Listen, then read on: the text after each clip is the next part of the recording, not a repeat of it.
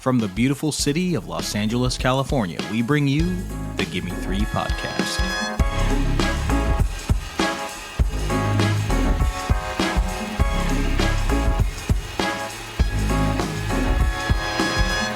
Welcome back, cinephiles, cinema lovers, movie appreciators, and of course, our family and friends to the Gimme Three podcast, a series for cinephiles.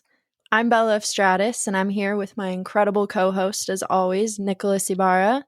And we are back with our wonderful and very special guest, Jess McLaughlin, for a continuation of our queer horror theme this week. So welcome back, Jess, and Nick and Jess, how are you doing today? I just feel incredibly spoiled. This is something that I absolutely adore, and I get to now share it with other people. The same people hear me talk about this stuff again and again and again, and they're so tired of it. So I now get to talk to other people. New audience. That's what I love this podcast for as well. It gives my boyfriend a break from the incessant movie talk. So it's a very, very nice outlet. I love it. Yeah, before jumping back into things, we wanted to talk a bit more about Jess' upcoming short film, Pangs. So I had two, one big question, one little question. I'll start with the little one first. I was just curious if about the title. Is it a play on period pangs and fangs, perhaps? Or where did that come from, if you don't mind me asking? No, I don't mind at all. It is, for me, I was thinking of just the different types of pangs. So there's definitely the period pangs, but there's also heart pangs and just all of these emotional and physical, it's kind of a word that works in a lot of different ways for what's going on in the film. Yeah. And I even had and fangs in there, it kind of mirrors that. It's pangs and fangs. Right. But I have had people that I've talked with about the film, ask me, they're like, oh, is pangs a conjunction of premature fangs? And I'm oh, sure, if that's what you want it to be, go for it. It's that's so cute. Yeah, it's open for what other people want to, take it for as well. But I just think it works in a lot of ways for, because it is a very emotional film. It's not just vampires. Right. It's mainly middle school trauma. Yeah. Where did the story come from?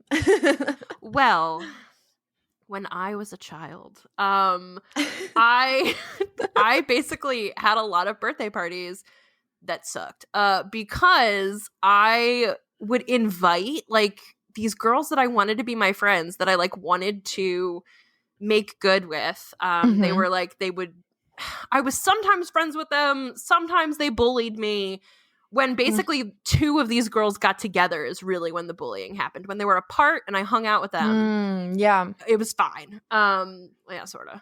But it was bearable. It was more bearable. But I was trying to build these bridges. I was trying to be this, this person that smoothed everything over. I was well, what do I have to barter? My birthday. Let's have you come.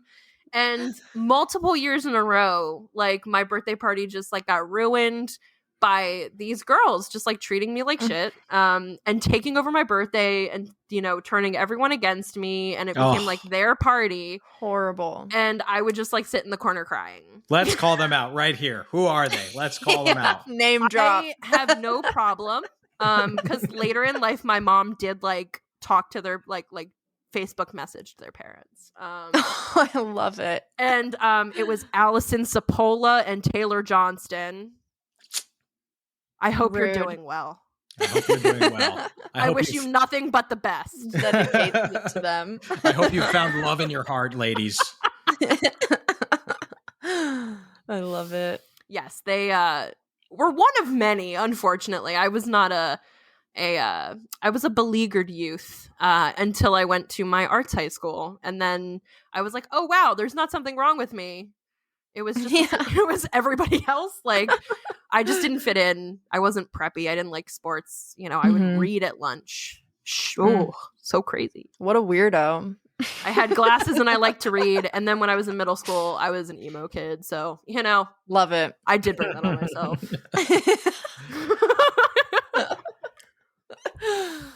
I think it's so cool that comes from something that is, I think, so relatable for so many people, though, as well. Totally. So I'm really excited to see the progression of that in like a horror lens. And as I said in our first episode of our queer horror, I have had the extreme honor of reading this script, Pangs, and it is so awesome and so heart-wrenching and heartwarming and badass and cool, and I just am super, super excited to see it. And if you, our listeners, are super excited to see it, you can help get this movie made by donating to Jess's crowdfunding campaign, which is kicking off on June 18th. And you can go to Abnormal Film or Abnormal Films. Abnormal Film. The production company is AB Normal Films, but I thought that was a bad URL. So abnormalfilm.com. Abnormalfilm.com. You can stay up to date with when that crowdfunding campaign is going to launch. And once it launches, you can help get it made. And for your contribution, you can get little perks, including a special thanks in the credits. So don't miss out on the chance to be a part of what I'm just going to say is going to be the movie event of the century. Pangs. Oh, wow. Let's go. I'll take it. Thank you. With that being said, it's time to continue our discussion, our extravaganza into queer horror.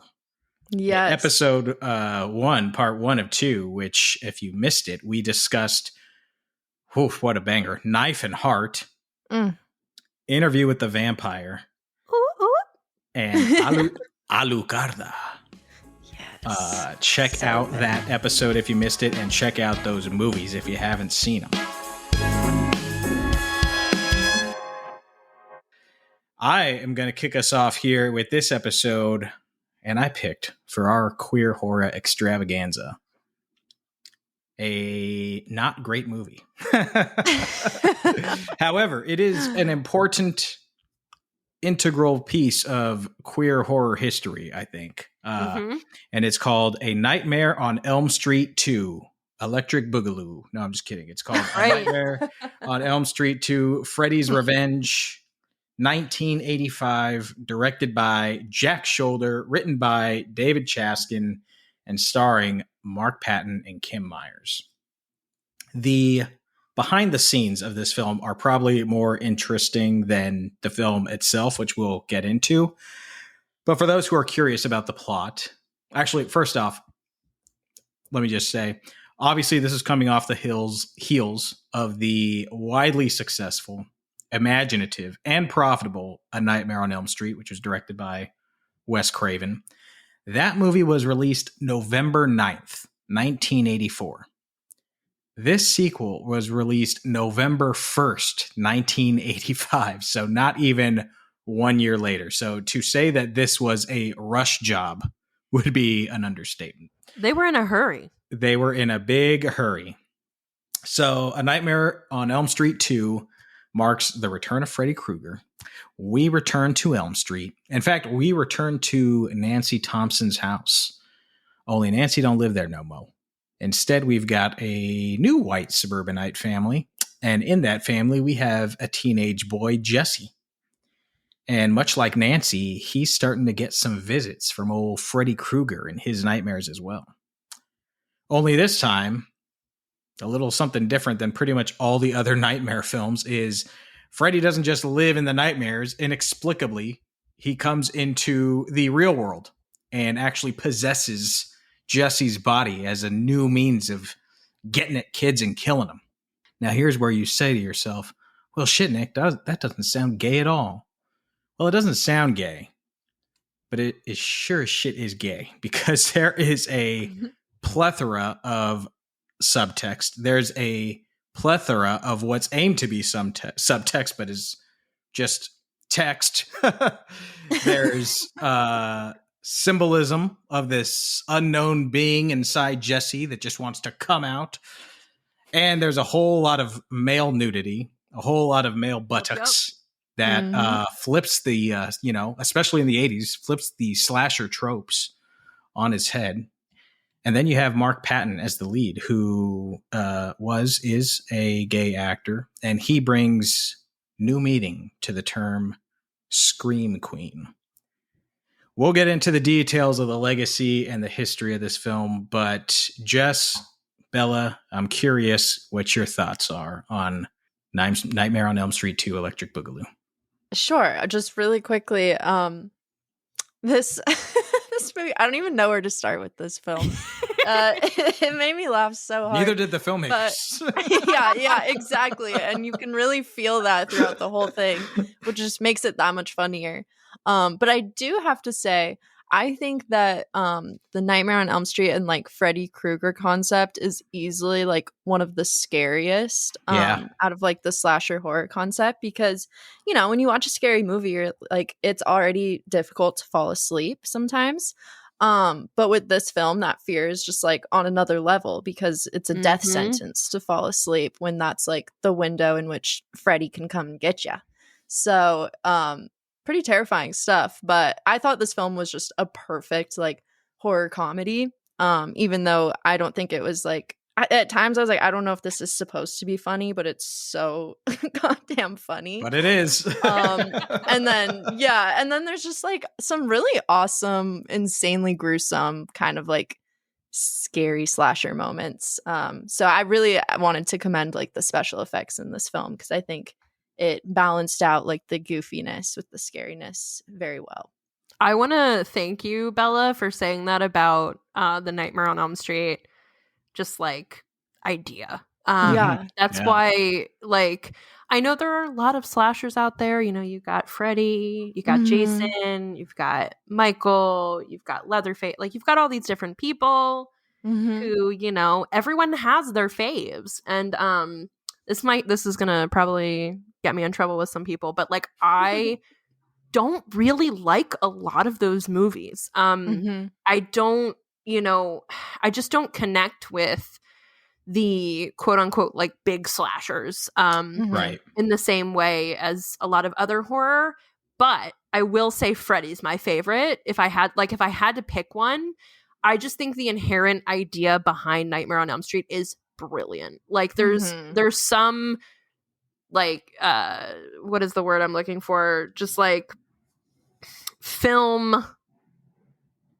I can't think of the word. There's some film properties with whatever number of sequels or spinoffs or whatever, where like the idea is just so good. Like I think Final Destination is another one of them. Yeah. Like where the death debt like comes back around for, right. Yeah. Like they're not all good, but I just think that inherent idea is so good. Like, so I will watch every single one. Right. It's good enough to watch and be scared. And I think Nightmare on Elm Street is one of those that you're just like, how did they come up with that? That's so smart. Yeah. And this is one that I hadn't seen all the way through. I'd seen clips like here and there. Why hadn't you seen it all the way through, Jess? And this is a real failure on my part, because I have like Freddy is like my favorite. So I have the Nightmare on Elm Street like box set. Okay, cool. And I had never watched this. Yeah. Skipped over that one. I just, because like the resounding critical opinion was like, everyone was like, oh, just skip the second one. And so I did, to my detriment, because when I watched this, I was like, I got a whole new, I have a lot of thoughts. But I very much enjoyed this trip. So yes, resounding critical failure, quote unquote. When the film came out, it was very poorly received, partially because like it's just not a well-made movie. It's not like expertly crafted like Craven's predecessor. Mm-hmm. And at the time of its release, 1985, the media, the country were much more homophobic. Mm-hmm. AIDS was on the rise. The gay undertones or overtones, depending on how you look at it, didn't really sit well with the mainstream audience. To this day, the director claims that he had no idea this film was gay. He's lying. I'm sorry, he's lying. Lies. He is lying. The writer, David Chaskin, here's where the story gets a little interesting. When people initially asked him about, the gay subtext and the gay undertones of this film, he said, oh, well, the reason why it just comes off as super gay is just because of Mark Patton's performance. It's the reason it's gay is just because Mark Patton's gay. Bro, don't project. Yeah, exactly. So, which at the time, unfortunately for Mr. Patton, he was not out himself. So David outed him, which in the mid 80s was not a great thing to do. Yeah. Patton stopped getting work. The movie caused a lot of strife in Patton's life, just because everybody was like, oh, you ruined a franchise. David outed him, and it was just, he went through a lot of trauma in the aftermath of this film and left the industry, went to live in Mexico for years. And over the last 10 years or so, the gay audience has kind of come out as fans of the film, mostly because I think it was the only thing they had for a long time for queer horror fans. The queer audience connected with Jesse's character, and as the country has become more open-minded and the film community has become more open-minded, the film has found new life. It's got a cult following. And that is when David, this writer, has changed its tune. Now, all of a sudden, the writer says, now that the film is popular, he says, oh, the movie was always intended to be a gay film. It's like, well, why did you change your tune, bro? You, sir, are an opportunist. Yes, yes. There is a fabulous documentary called Scream Queen about Mark Patton, the actor. It's called Scream Queen, My Nightmare on Elm Street. And it's about Mark Patton's journey from getting this role, which he thought was going to be like the big move of his career, and the aftermath and all that happened with it. And him kind of coming to terms and coming literally face to face with David, the writer. And he actually gets David, the writer, to apologize for what he did to Mark's career. And it's a really spectacular documentary. And it not only touches on this film, but it touches on, being a gay man in the 1980s and what that was like. So I recommend checking that out. But now let's talk about some of the ridiculous stuff in this movie. The dance. Oh my god. With his little booty pop. With the little booty pop. And then he has that. Good. Where did he get the popper from with the confetti that was like. Like, you just have that laying around your bedroom. Oh my god. So good. I was like, why is this in this movie? Why do we have a dance number?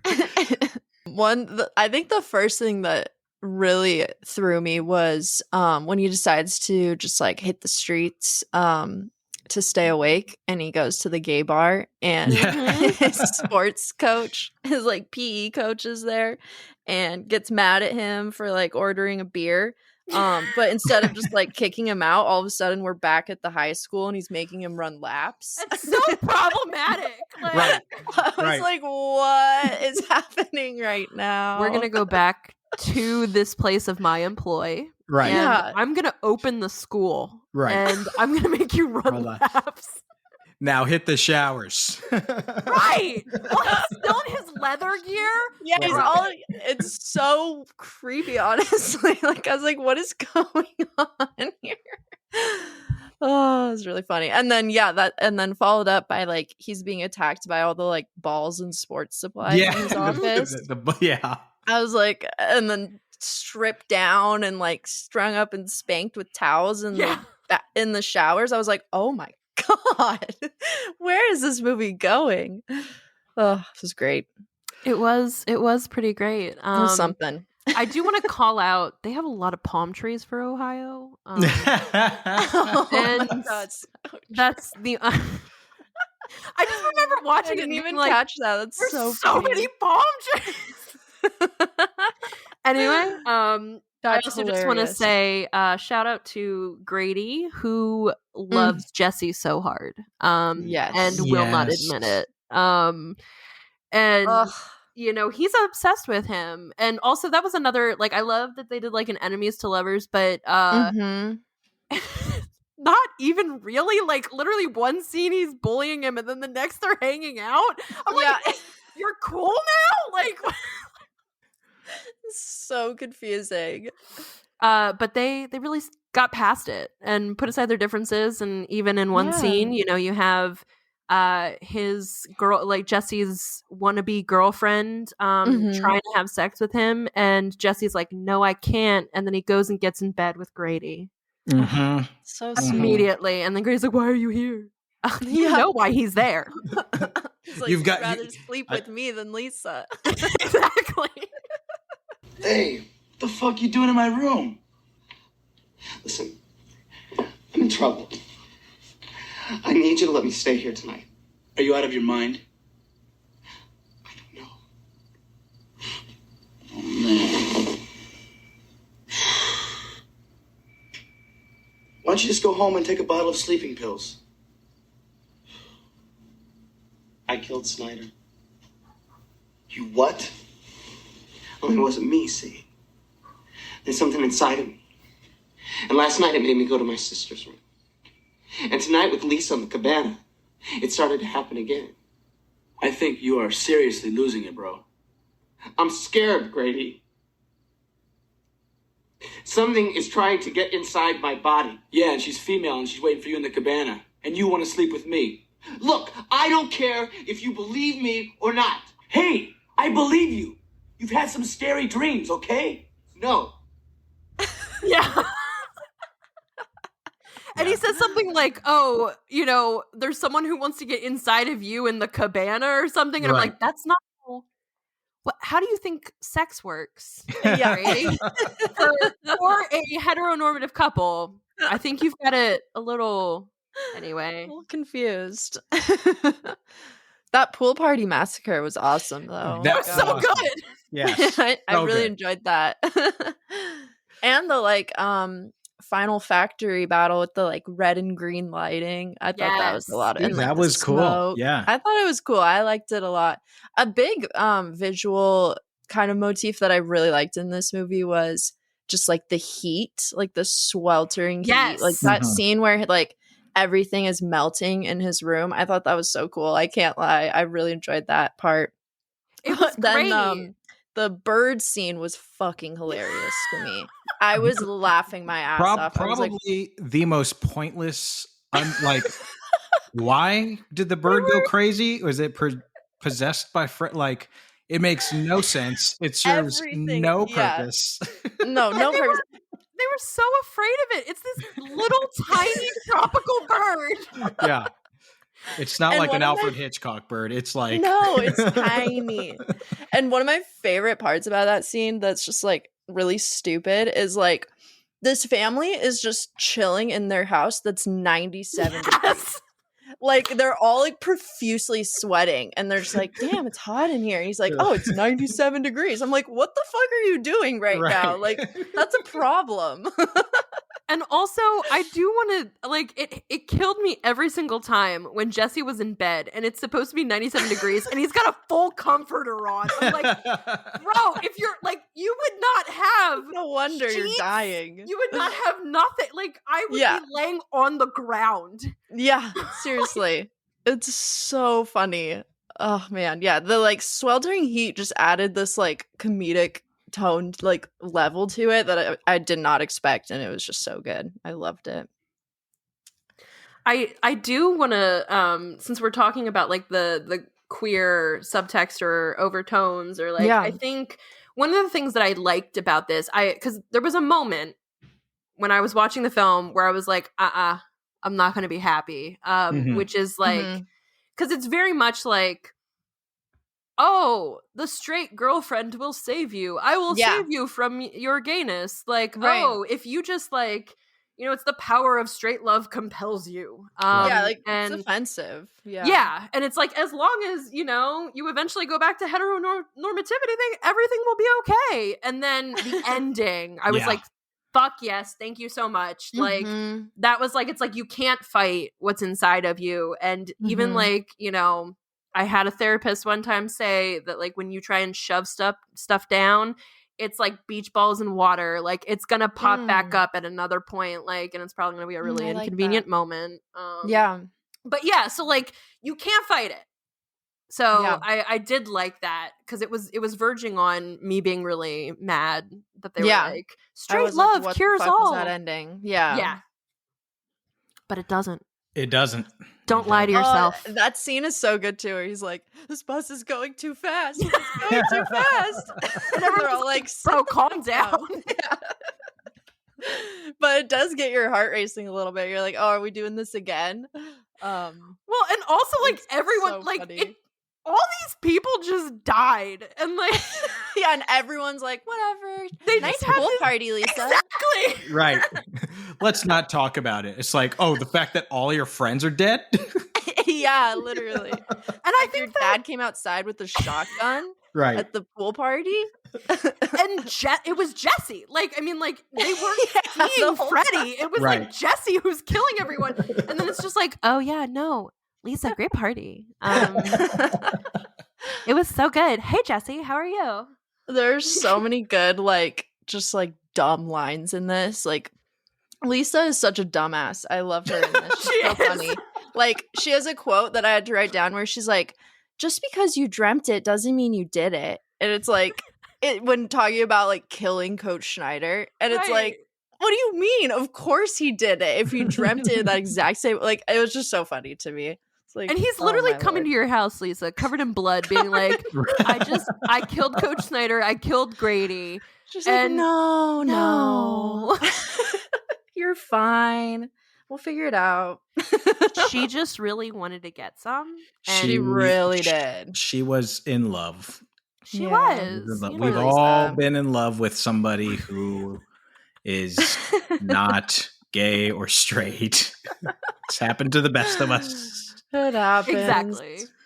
There was one, this is in true gay fashion. There was one shot of the parking lot where they had some people loitering, right? It's literally an establishing shot to show that they're back at the high school. And there was a really cool looking girl just like hanging out, leaning against a car. And I was like, I wonder what her story is. Yeah. And I was like, stop it. It's not about her. It's the final guy in this one. I know, but I was just like, it's that whole thing with, like lesbians. It's like, do you want to be them or do you want to be with them? And I was like, do I do I want to be her? She looks really cool. Or like, do I want to be with her? It literally was like 2 seconds long, guys. I'm sorry for it. No, I love that.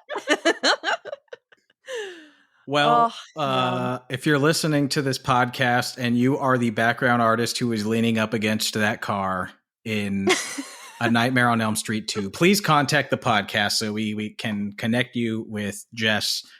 That is in the meantime, if you want to check out A Nightmare on Elm Street 2, Electric Boogaloo, it is available to stream on Netflix.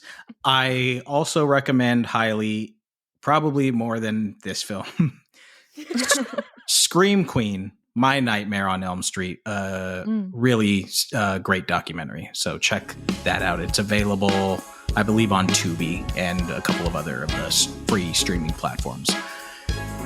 Okay, enough of that. Oh yeah, Jess, take it away with our second film of the day. Okay. This is like probably my favorite film like ever. Wow. So I'm very honored to bring it to everyone, and I'm also scared. Because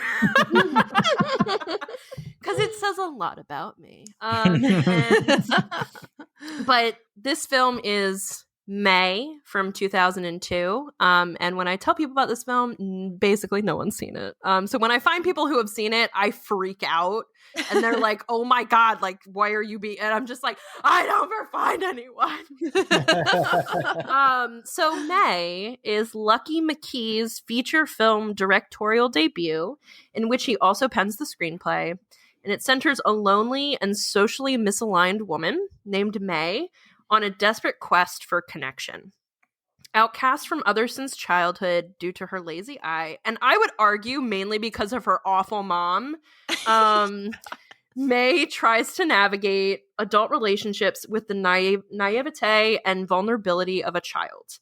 When her strange interests and idiosyncrasies ultimately cause her love interests to reject her, she decides that her mother's advice many years ago is the only way to move forward.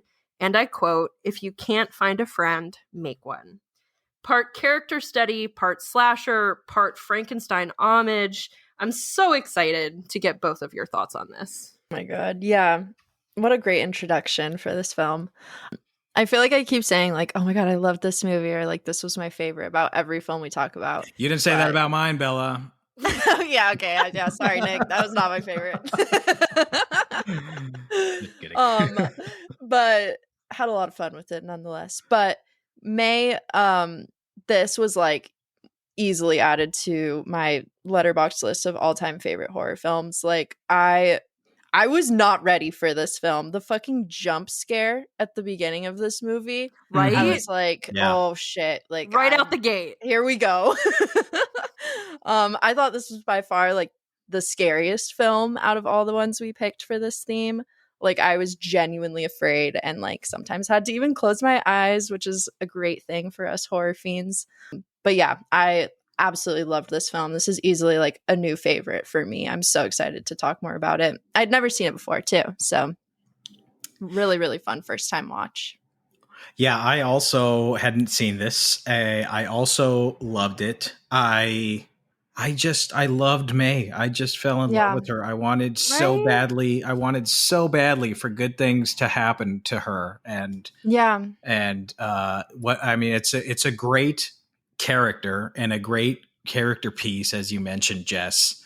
Mm-hmm. And then it just goes totally off the rails in the most like it does. Beautiful, brilliant way. It's just like and oh my God, like Anna Faris is so fucking funny. Oh my God. Unreal. Like the fact I just sometimes think I'll just be like going about my day.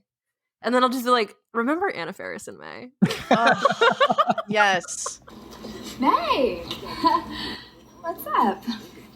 Who is it, Polly? Who is that? An opportunity I just couldn't pass up. Oh. You want to join us? Well, then can we do something tomorrow, May? I gotta hit this. I understand. You're jealous. What's going on out there, sweetie? Shut up, hooker! Oh, May. Look, I can kick her out if you really want me to. You know you're my main mama. Seriously, though, she was such a, like, kind of almost out of pocket, I guess, but, like, felt so just perfect for the film as well. It really did. Yeah, she was fantastic. Oh my God. Who plays May? I can't think of her name. It's like Angela Bettis, and she is so wonderful. Real. I adore her.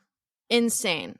That May might be like my new favorite horror character because I think she's just like so unique for like the genre as well, because like I just love how over the course of the film so like when we first meet her, aside from like her childhood, like we pick back up with her as a young adult, like we see that she's still very like self-conscious about her lazy eye, and she's like emotionally dependent on the doll in the glass box that her mom gave her. It's like her best friend.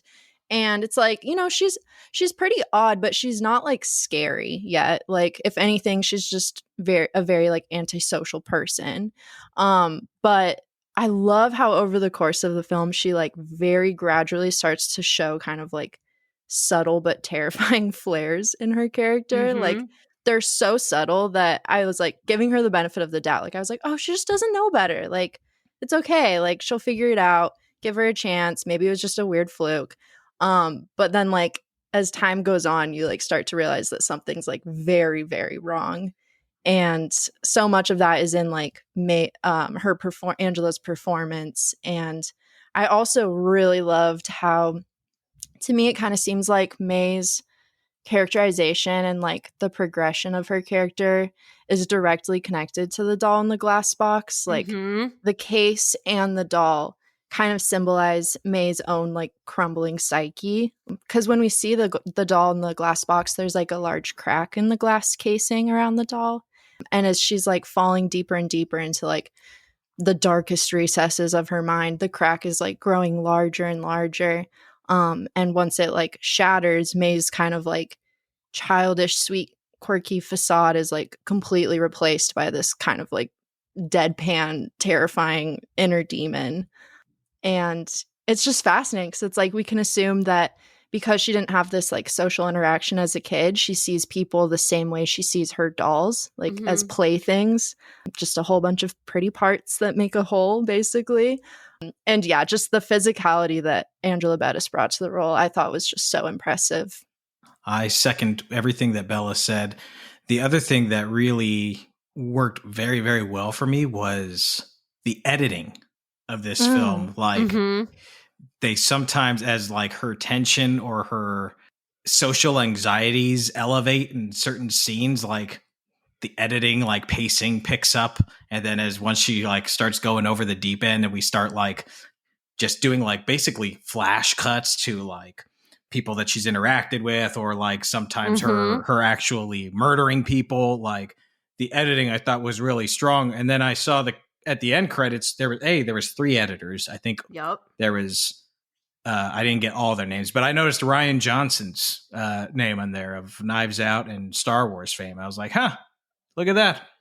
I'm glad you picked up on that, Nick, because Steve Yedlin, the cinematographer, also worked on Knives Out and Star Wars. He's a frequent collaborator. Collaborator. Collaborator. I don't know. I struggled with that word. It's all right. It's Saturday. No, thank you. Thank you for saving me. He frequently works with Rian Johnson. And so does Lucky McKee, because Lucky McKee, who wrote and directed this, also recently directed an episode of Poker Face that both Rian Johnson and Steve Yedlin were a part of. So like they're still They kept it in the 20 family. years out. Yeah, they are still like working together and have these working relationships that started on this film. It's really cool. On this small little unnerving on this little piece. baby. Yeah. Oh my god, yeah. That scene where the glass breaks, the glass case of the doll, my God. and all of the blind kids are on their hands and knees, and I was like, oh my god. It's like, how do you come up with this shit? Like, it's brilliant. It's brilliant. One of my favorite kind of like funny moments that I had to shout out, because I watched this with like a group of friends and they had no idea what they were getting into. And like they were like, I thought I was gonna hate this movie, but they ended up loving it. But there was one line and scene that just made all of us like burst out laughing, and it's when the kind of the dude she meets, it's like in the kind of towards the end of the film. Is it the punk guy? Yes, the punk guy. And he like opens the freezer and she goes, "Are we like best friends now that you've seen what's inside my freezer?" And he's like, "No." What the fuck? I also love that like the way the punk guy is like coming on to her is he's just like increasingly hot, and then like needs to take his shirt off. I'm like, okay, I've seen that happen before. And then he was like, oh, I gotta rub some ice on my nipples. I'm like, what is wrong with you? It's like, okay. His delivery of what he like after he takes off his shirt because it's so hot, and he goes, fuck, it's still hot in here, dude. Like, it's so good. Oh yeah, I just had to shout that out because that scene was just genius, honestly. So funny. There was one bit that made me laugh out loud also. It's like the smallest little touch, but it was so brilliant. It says so much about her character. Is we hear May's outgoing answering machine. Yes. And she says, my God. Please leave your numbers. Not your phone number, because there's multiple numbers in a phone number. Please leave your numbers. Numbers. And I love Adam's receiver as well. It's like, leave your message after the scream. Yeah. Yeah. Yeah. Oh my God. Adam pissed me the fuck off. So Right? much in this movie. I hated him. The whole time I was just like, please kill him. Please. Like, let's just get it over with. He always plays an asshole, and he's so good at it. Such an asshole. I know Jeremy Sisto is a really good asshole actor. Really good at it. It's his thing. I love that this film, in terms of like queer horror, it presents a bisexual protagonist / anti-hero. Yeah. And it's never like, oh, well, you were just dating a guy. What, like, oh, you want to date a woman now? Like, it's never, it's just like literally she has these two people that she's attracted to. They're two people that she thinks see her. Both people that, like, she knows she's weird. Like, she knows that she has some weird interests. Like, shout out to the one line where after she cracks, where she's reading a book about amputation and Adam's like, oh, is that for work? And she's like, no, just for fun.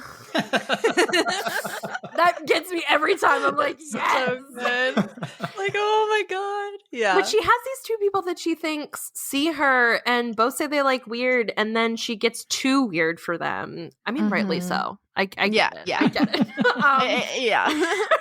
But yeah, like, as someone who, I mean, growing up, I was always the weird person, and because I liked horror, I liked reading books, or like things that are objectively not that weird, but right, you get this feeling of she's searching so desperately for that connection, and she also starts doing stuff that they like she adopts things that they do, like, or say, and like when she's trying to seduce Adam, she's reenacting his film. Like, she's like, this is what, this is what you like.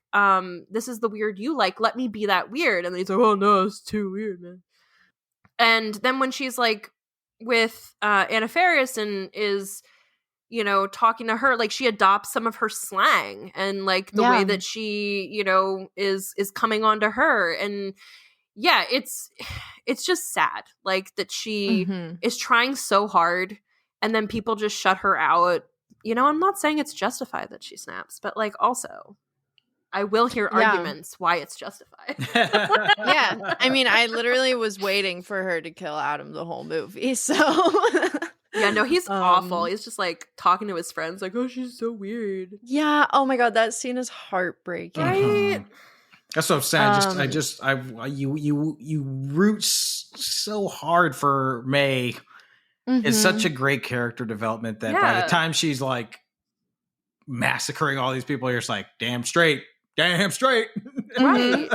I also do want to call out, every time I forget how funny this movie is. It's so funny. And so funny. Like, I hold it in such high esteem in my heart, and it's like my, possibly my very favorite film of like all time. And, then I rewatch it and I'm like, this is hilarious.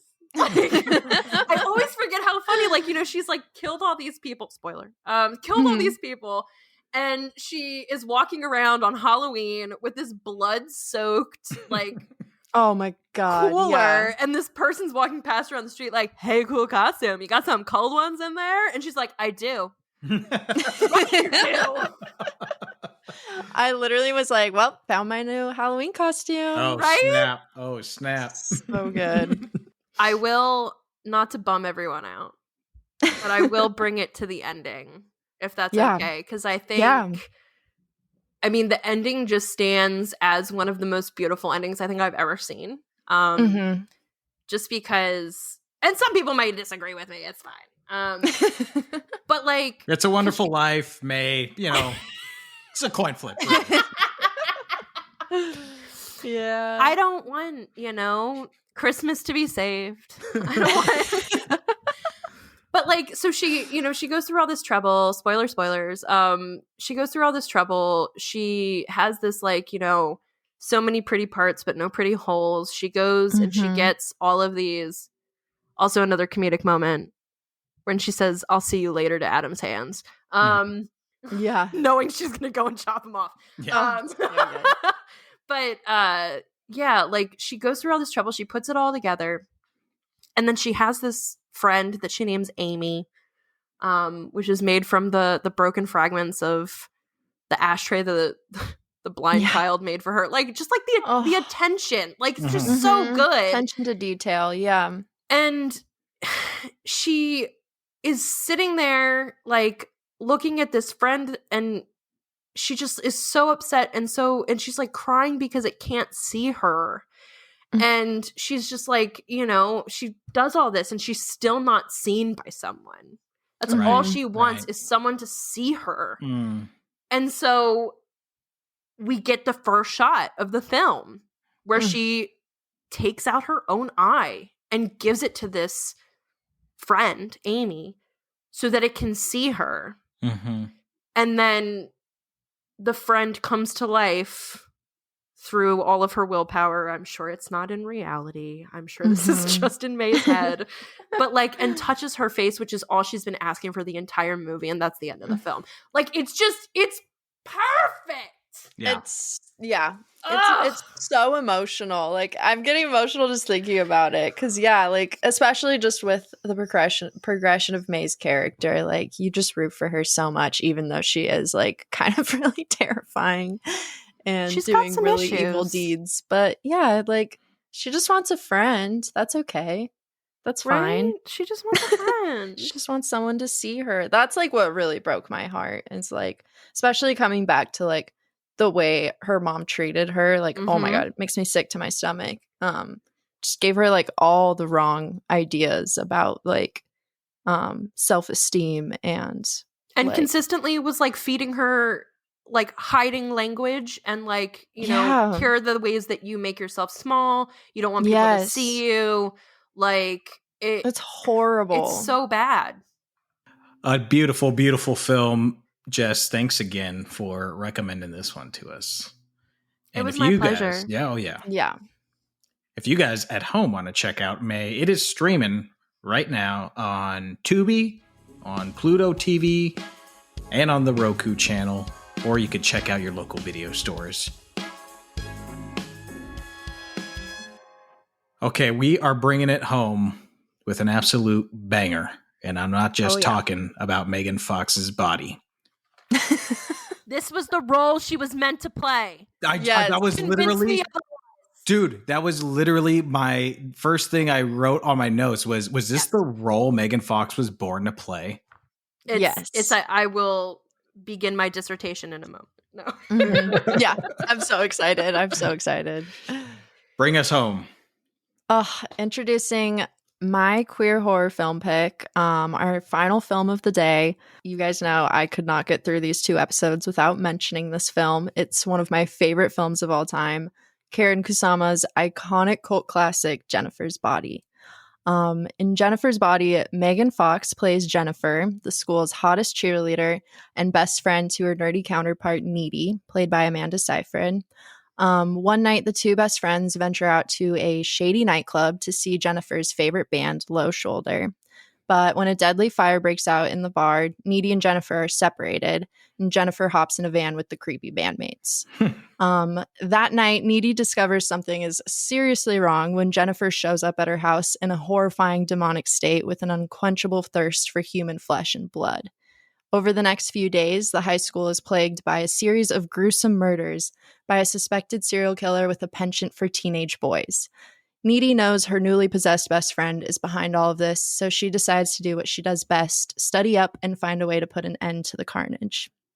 Yeah, I love this movie so fucking much. It's one of my favorites. The campy chokehold of this film and just like sharp social satire is like explosive in this movie. Like it's consuming, and there are endless amounts of quotable lines and hilarious scenes, and I'm just so excited to talk about it.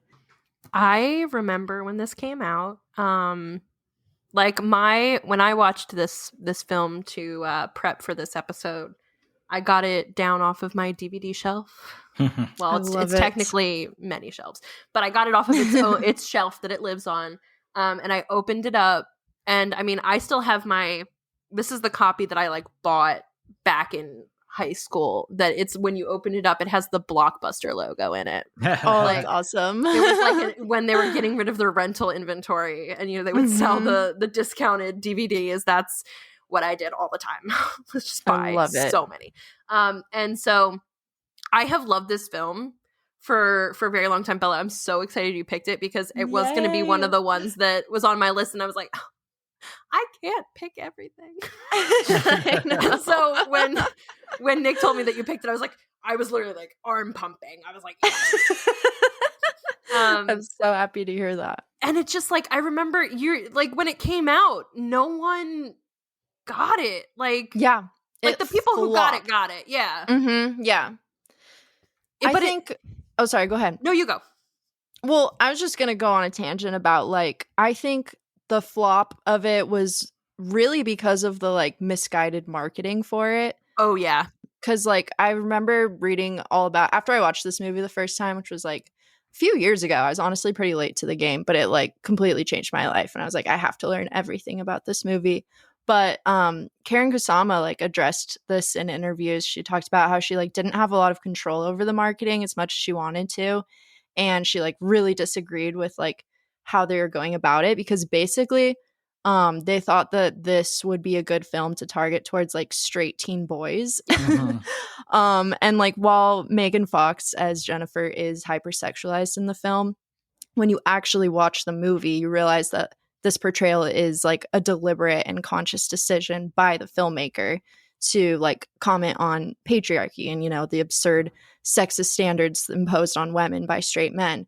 And Jennifer is a sex symbol for men, and that's, like, what makes it that much more powerful and satisfying to see her use her body as a vessel of violence towards these men who are, like, trying to exploit her and other women. And so, yeah, the marketing team, like, took this as Megan Fox sex symbol angle and marketed it to, like, these teen boys. So, of course, they went to see it and got a completely different movie. And because if you look at the trailers for the film, it's like, they're horrendous. Like a completely different movie. It's like, this is not Jennifer's body at all.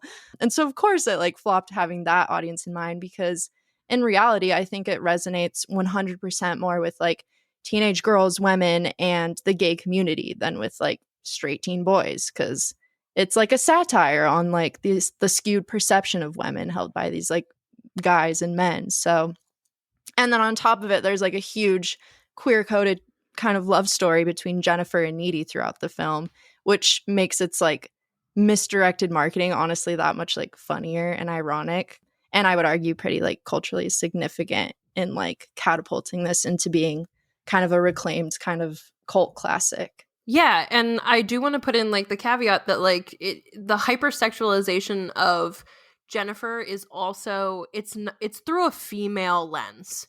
Yeah. Yes, so it's totally. not like, oh, look at the boobs are everywhere, or, like, it's not. Yeah.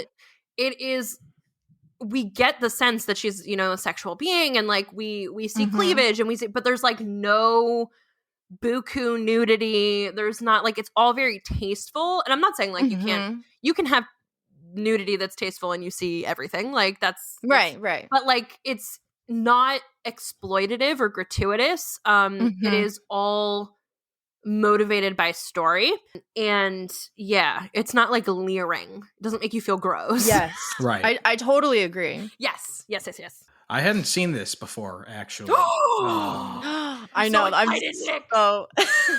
so excited to. And I think partially because of what you were talking about, Bella. Like, I remember when it came out, and I remember the marketing. And despite being a straight young man, I was like, that looks It just looks, Fucking stupid, tropey and shitty. Yeah. So I avoided it for years and years, and I knew it kind of became like a cult classic, but I just never got into it. So was happy to check it out now. Absolutely loved it. I had a blast with it. I love the performances. Megan Fox has never been better. She's just seriously though. It is the so role good. she was born to play. She killed it. No one else could have done what she did. Right. It's iconic. What's her name? Diablo Cody's dialogue doesn't like always work for me in some of her films, but in this movie it like is always working. Like it is always working in this movie. And I just love that it just like constantly subverting the tropes, like a lot of the movies that we are talking about today do. But instead of like slashing through, teenage girls, we're slashing through teenage boys. And instead of the final girl, we have the final boy. And that final boy is like not some like jock who's just trying to get into Needy's pants. He like actually has feelings for her. He's like a well-developed, established character who's got depth. And R.I.P. Chip. R.I.P. Chip. I love Chip. And more than anything, I just love that the catalyst in the story, in the plot, I just love that the catalyst for all of this mayhem and chaos is a late aughts emo band. I know, so good. Out of options with how to make it in this business. So they're just like, fuck it, let's try witchcraft. And that's how this like, we're just going to make a deal with the devil. We're all so cute. And we all... So good. We just want to be like that guy from Maroon 5. So hilarious. Yeah, Through the Trees is like, that song is like on repeat in my head every time I watch this film. Well, can I just say that like this, I don't know what it was about this time specifically, but like, I mean, I've seen this movie, it has to be like 30 times. Like, I mean, I've seen it so many times, like as I know, like scene by scene, beat by beat, what's going to happen. Like I know all of the lines. And I'm just like sitting there like, mouthing along. I'm probably really terrible to watch this film with. But I never really like ruminated on Through the Trees. Like, it's an iconic song for this movie. But I was thinking about like the lyrics specifically. And like the thematic and the actual like plot points in the film. Like they're in the song. Like, it's just like so smart. Like it's every cylinder. They've got it. Like you listen to Through the Trees and it's literally like the dynamic between Needy and Jennifer, like, and what's ultimately going to happen in the film. And like, it's so good. It's so smart. It's so smart. And like the sexual tension between Jennifer and Needy is so palpable, and like I'm just obsessed with it. Like this movie makes me giddy. Yes. It's so good. Needy loves her. Needy loves her. It's kind of heartbreaking to watch at times, especially because like Jennifer's her sexuality is kind of like predatory in it. Like she's like she's scary. And so it's like kind of sad in those scenes with Needy where it's like she does have so many feelings towards her, but like there's not really an outlet for her to work it out, especially when Jennifer is like kind of terrifying. Yes, thank you. No, like I'm so glad you said that because I think one thing that is really common in like again, I love our bisexual representation in these films. Yeah, in this film. Yes. And just like these films in general and in this one. Like because one of the things about for bisexual or pansexual people, like if Needy is having those feelings about Jennifer, I mean, that's kind of like big, scary feelings, especially as your best friend and you've known each other forever. And she honestly loves Chip. Like she does. Yeah. So it's more convenient. Like it's easier. It's less world shattering for her to like, she's like, I'm just gonna, I love Chip. I'm gonna be with Chip. And she's just like, doesn't want to confront those feelings that she has for Jennifer. But she obviously has them. We see it. We see it. And I feel like we see moments where like the opposite too. Jennifer's like completely in love with Needy, but it's more in a distant way where it is like definitely more ambiguous. Like it's kind of hard to tell what she's really thinking or feeling. I think it's interesting because like in the film they're like they talk, well, I think Jennifer talks about how she wants like her victims scared and hopeless, and she wants that it's a power thing. So when she has her first kill, spoilers. When she has her first kill, and you know, we all know that when Jennifer eats some boys, she's like banging after that. She goes to Needy's house and is like, you know, scantily clad in Needy's bed. And she is still seeking that it's a power dynamic. Like she is getting off on, instead of fear and hopelessness, the power she holds over Needy in her attraction to her. Yeah. She's craving that adoration, you know, which is, you know, it's another side of the teenage girl spectrum. Yup. Yeah. It's like her validation. Yeah. I think this movie is also like a perfect example of, not to like change the subject too much, but I was in college, I got really obsessed with this movie because I was reading about like Barbara Creed's Monstrous Feminine. I love that book. Yeah, it's so good. Oh my God, I'm obsessed with it. And so I got really into this film because of that, because it's basically, for our listeners, it's basically the concept of like a woman who uses their body to enact violence on men in horror. Like it was really, which was kind of like something that we started to see in the 70s with horror, like specifically, what am I trying to think of? Like, I guess maybe like, and now I'm like blanking. I had so many written down and I'm like, I can't think of one, which is kind of embarrassing, but it was, well, like with the concept of, it's not necessarily Monstrous Feminine, but like the concept of the final girl comes from a very conservative place, and the Monstrous Feminine is like the answer to that other side. Like, yes, thank you. Exactly. Yeah. Just like Jennifer being like so aware of like the power her body and femininity has over the boys at her high school, and like uses this power to seduce and kill her prey. Like it's literally promised in the like title. Like it's a very literal title. Jennifer's body, it's like, is the seductive yet terrifying monster that's like flourishing after feasting on these men. It's also a nod to Hole for all of our grungy rock fans. Yes. The band Courtney Love, which is also featured. Their Jennifer's Body, the song, is featured in the soundtrack. Oh, I love it. I think that's like when, again, spoilers, at the very end.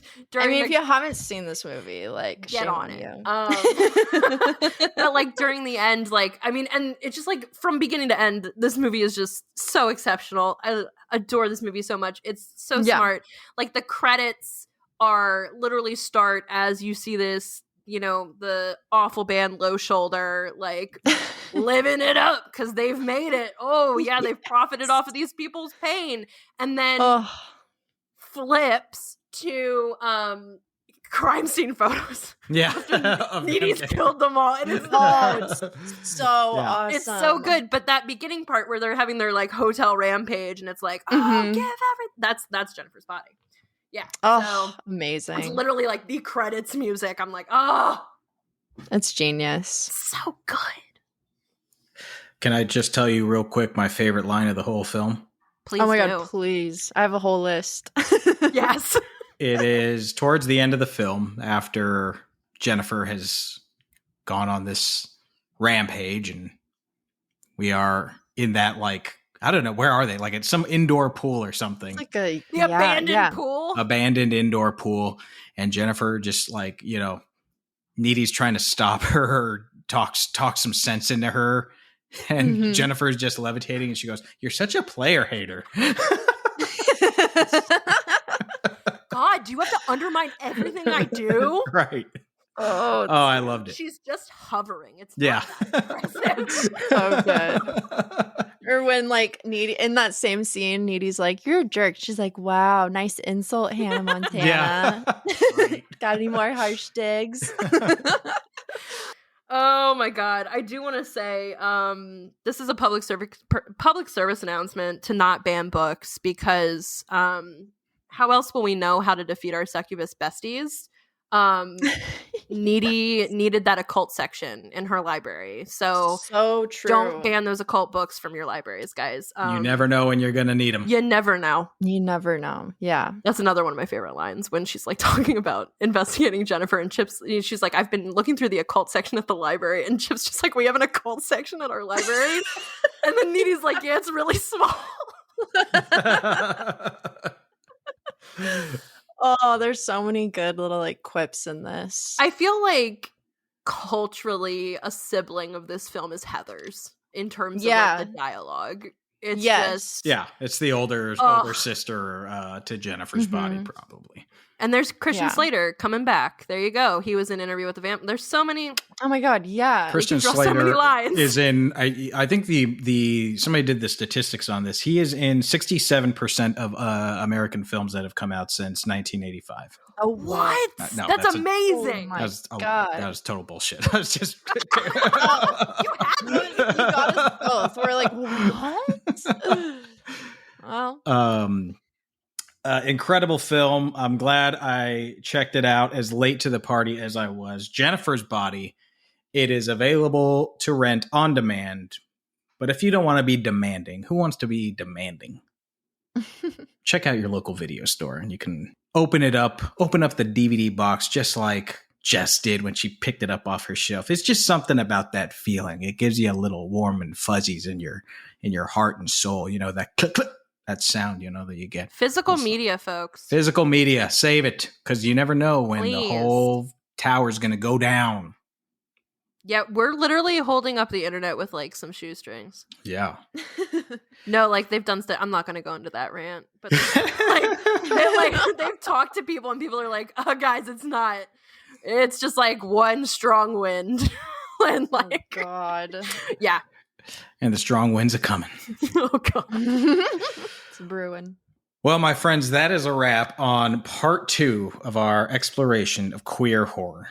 And let us know what you think of these films, or if you have other queer horror recommendations. We want to hear from you. Your questions, your suggestions, your thoughts, your hopes, your dreams. You can message us on Instagram at Gimme Three Podcast. That's GIMME, spell out 3 podcast. Gimme Three Podcast. Or you can send us a text message. Just scroll on down to the episode description, and at the top you will see a link that says, send us a text message. Jess, we love you. Thank you so much for recommending these incredible films this week. And thank you so much. Yeah, we just had a total blast with you. I don't want it to be over. I know. I'm so sad. But no, this has been an absolute honor, joy, all of the above. Like, I just, I'm so happy. Thank you. We were honored to have you. Tell the people if they want more, if they haven't had their fill of Jess, tell the people where they could follow you and where they can get info on your upcoming queer horror film, Pangs. The handle that you can search on most social media, that is my personal account, is at the OrigMC, and Orig is ORIG.